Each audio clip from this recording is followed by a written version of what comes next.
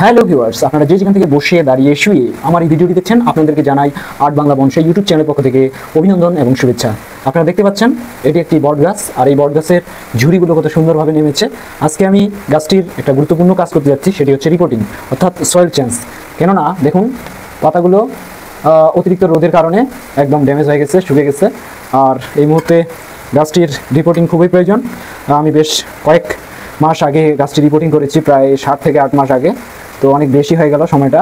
আর যেহেতু খুব অগভীর একটা পাত্রে রয়েছে, সেহেতু গাছটির রিপোর্টিংটা খুবই প্রয়োজন। আর কেননা এই মাটিটার গুণাগুণ অনেকটাই কমে গেছে, বিধায় পাতার কোয়ালিটি একদম কমে গেছে। আর বট গাছটির ফিটনেস এবং কিভাবে আমি এই মুহূর্তে এত দূরে নিয়ে আসতে পারলাম সেটির কিছু ভিডিও আপনাদেরকে চলুন একটু দেখে আসি। তো ইতিমধ্যে গাছটির প্রথমত আপনাকে কোনো একটি গাছকে বনসাই পরিণত করতে হলে গাছটিকে একদম বাড়তে দিতে হবে, সেটাকে আর কাটা যাবে না। অর্থাৎ আপনি আগে বাড়তে দিন, একটা পাত্রের মধ্যে একটি গাছকে রেখে যত দূর পর্যন্ত হোক আপনি বাড়তে দিন। পাত্রে যখন গাছটি হয়ে যাবে, অটোমেটিক্যালি আপনার কাঙ্ক্ষিত পজিশনে চলে যাবে গাছটির নেভারি অর্থাৎ তার বেস।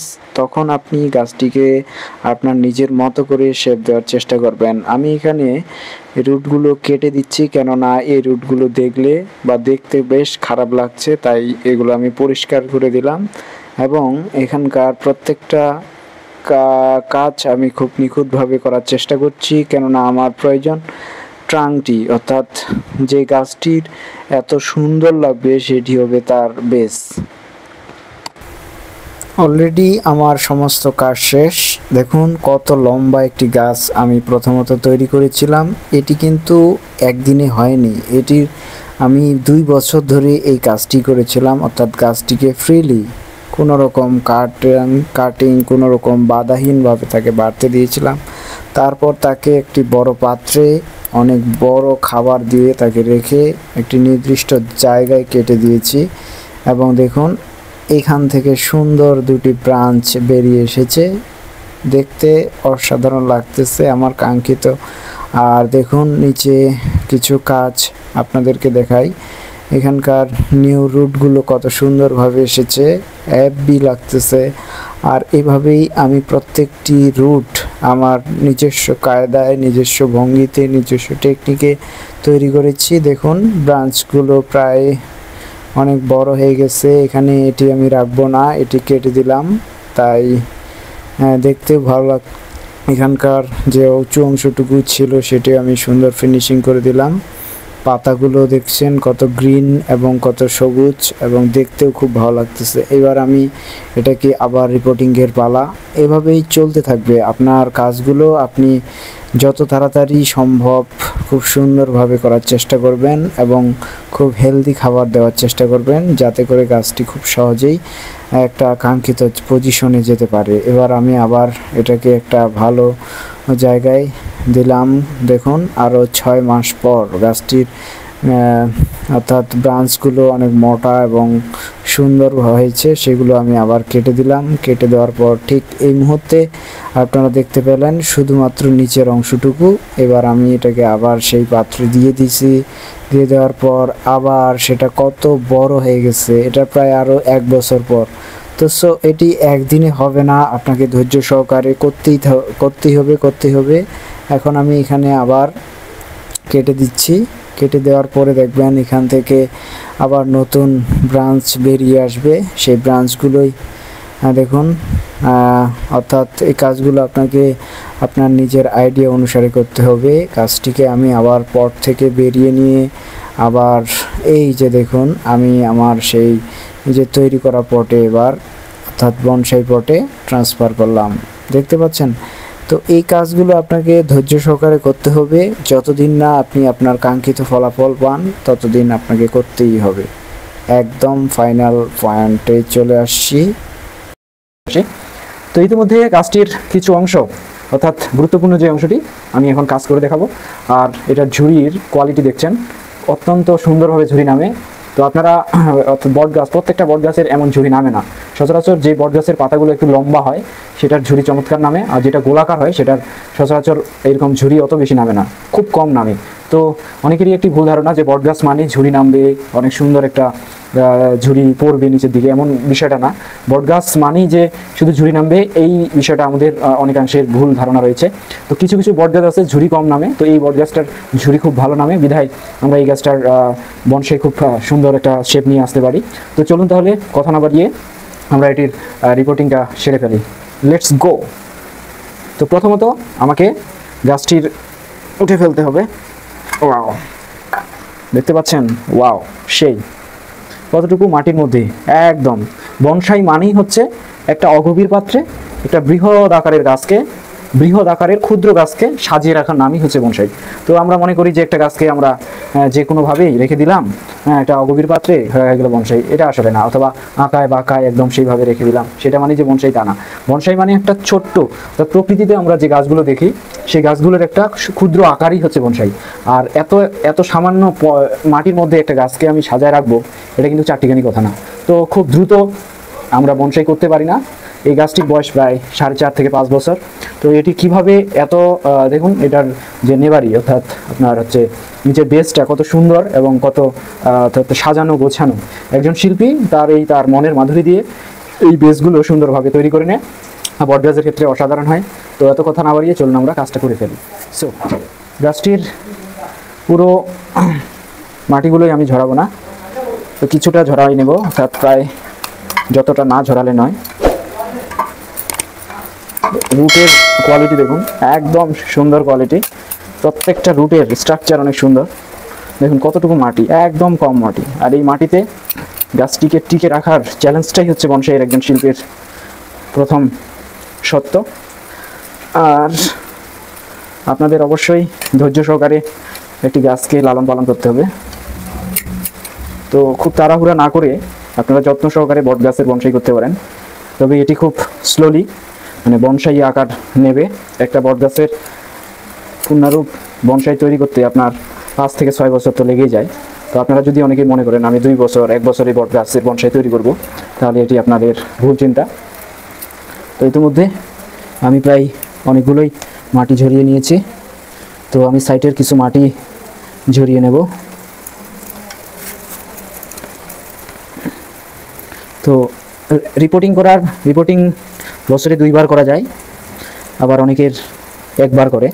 তো 2 বার করলে হয় কি, গাছটার রুট কোয়ালিটি খুব ভালো থাকে এবং কি একটা যত স্লো পটে লাগানো যায়, অর্থাৎ একদম সেলো পট জায়গায় অগভীর পাত্রে আমরা খুব সহজেই সেট আপ করতে পারি।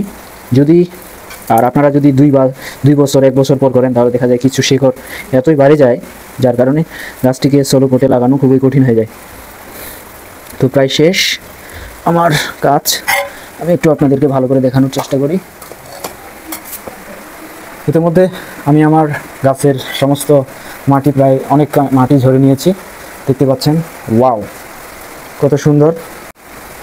আমি এখানে একটি পাথর ছিল, আমি সেটা ছোটোবেলা থেকেই এই পাথরটি এখানে অ্যাটাচ করে দিয়েছিলাম। এই যে পাথরটি, এই যে আমি যদি পাথরটি আপনাদেরকে ভালোভাবে দেখাই, এই যে এইভাবে পাথরটি আমার ঢোকানো ছিল। তো পাথরটি এখন যদি আমি বের করেও নিই তো কোনো সমস্যা নাই, এখন অটোমেটিক্যালি আমার কাঙ্ক্ষিত পজিশনে আমি চলে গেছে। অর্থাৎ আমার যতটুকু বেস দরকার ছিল ততটুকুই আমি করতে পেরেছি। তো চতুর্দিকেই দেখেন একদম সেই অসাধারণ লাগতেছে। প্রত্যেকটা রুট একদম সাজানো গোছানো, প্রত্যেকটা রুট একদম সাজানো গোছানো। যেগুলো এলোমেলো রুট সেগুলো আমি কেটে ফেলবো, আর শুধুমাত্র আমার কাঙ্ক্ষিত রুটগুলোই রাখবো। যেগুলো এই যে লম্বা লম্বা হয়ে গেছে সেগুলো রুট আমি কেটে ফেলবো একদম সুন্দরভাবে, যাতে করে আমার পটটিতে লাগাতে কোনো সমস্যা না হয়। তো এই জন্য আমি একটা কাটার ইউজ করতেছি। এখানে আমি কাঙ্ক্ষিত জায়গায় রুটগুলোকে কেটে ফেলবো। এটা ছাড়াও আমি অন্য আরেকটি এটাও ব্যবহার করতে পারি, যাতে করে আমার সুবিধা হবে। তো দেখুন, এটার মধ্যে খুব সহজেই গাছটিকে আমি সেট আপ করতে পারলাম। তো খুব ভালো লাগতেছে দেখে। আরও কিছু কাজ আমার করা দরকার। একদম যেগুলো অগোছালো রুট সেগুলো আমি কেটে ফেলবো। আমার অপ্রয়োজনীয় রুট যেগুলো মনে হচ্ছে, এই যে এখানে দেখতে পাচ্ছেন এই জায়গাটাতে এই রুটটার কোনো প্রয়োজনই নেই, বাট আমি এটাকেই মূল রুট, এখানে আরেকটা চলে গেছে, তো এটাকে আমার প্রয়োজন নেই। তাহলে এই দুইটা আমি এখান থেকে স্যাক্রিফাইস করে দেবো। আরও কিছু রুট আমি এখানে দেখুন একটা রুট এইদিকে চলে গেছে, তো থাক, এই রুটটা অনেক বেশি মোটা হয়ে গেছে, এই রুটটার কাজ আমি এখন করতে পারছি না। তো এই দুইটা এখান থেকে স্যাক্রিফাইস করে দিলাম। হ্যাঁ, খুব সুন্দর আছে। সো এদিকেই আমাদের ব্যাক সাইড, এটা হচ্ছে ফ্রন্ট সাইড। ব্যাক সাইড এবং ফ্রন্ট সাইডের কম্বিনেশনটা আপনারা বুঝতেই পারছেন কত সুন্দর। এবং এখান থেকে কিছু রুট এলোমেলো হয়ে বের হয়ে গেছে, এগুলো আমার কাটার তেমন প্রয়োজন নাই।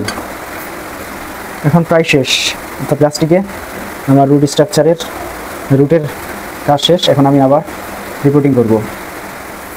সো ভিউয়ার্স, এটি আমার নিজের হাতে তৈরি করা বনসাই পট। এটি একটি সিমেন্টের বনসাই পট। কেমন হয়েছে অবশ্যই জানাবেন। আমি আমার নিজের কাজগুলো নিজেই করার চেষ্টা করি, প্রত্যেকটা পট প্রত্যেকটা জায়গা থেকেই আমি নিজে করার চেষ্টা করি। অবশ্যই আপনাদের এই বনসাই পটটি দেখে খুব ভালো লাগতেছে। আর এটি দেখুন পিছনের কোয়ালিটি এবং সিস্টেমটি অনেক অসাধারণ, একদম ইউনিক একটা ডিজাইন দেওয়ার চেষ্টা করেছি। তো অবশ্যই আপনাদেরকে ভালো লাগবে এবং ভালো লাগতেছে। চলুন তাহলে আমি গাছটিকে এখানে সেট আপ করি। প্রথমত এখানে আমি এই তার জালিটা এই ফুটোর মধ্যে দিয়ে দিব, এই যে। তারপর আমি শুধু ইটের গুঁড়ো দিব, ইটের গুঁড়ো দিয়ে একটা লেয়ার তৈরি করে দিব।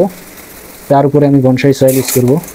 এখানে শুধু ইটের গুঁড়ো, একদম ছোটো ছোটো ছোটো ছোটো চিকন চিকন ইটের গুঁড়োটা দিয়ে আমি লেয়ার তৈরি করে দিলাম। তারপর এখানে বনসাই সয়েল দেওয়ার পর আমাকে অবশ্যই এটাকে সুন্দরভাবে চেপে চেপে চেপে চেপে দেওয়ার চেষ্টা করতে হবে। ওকে, তো মাঝখানেরটা একটু উঁচু করে দিই।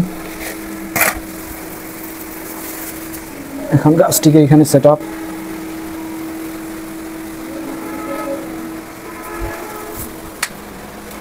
অবশ্যই ঠিক আছে।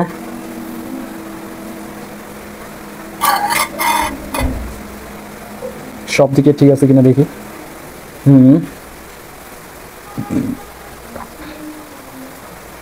একটু একটু ঠাসে দেওয়ার চেষ্টা করতে হবে।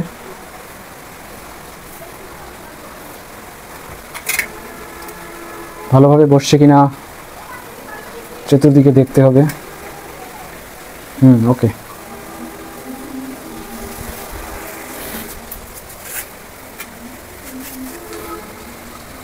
শিকড়গুলোর সেট আপটা ঠিক আছে কিনা অবশ্যই আপনারা দেখে নেবেন।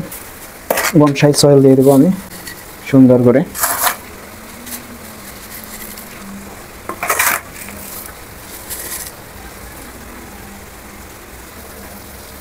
কি সেই অসাধারণ একটা লুক।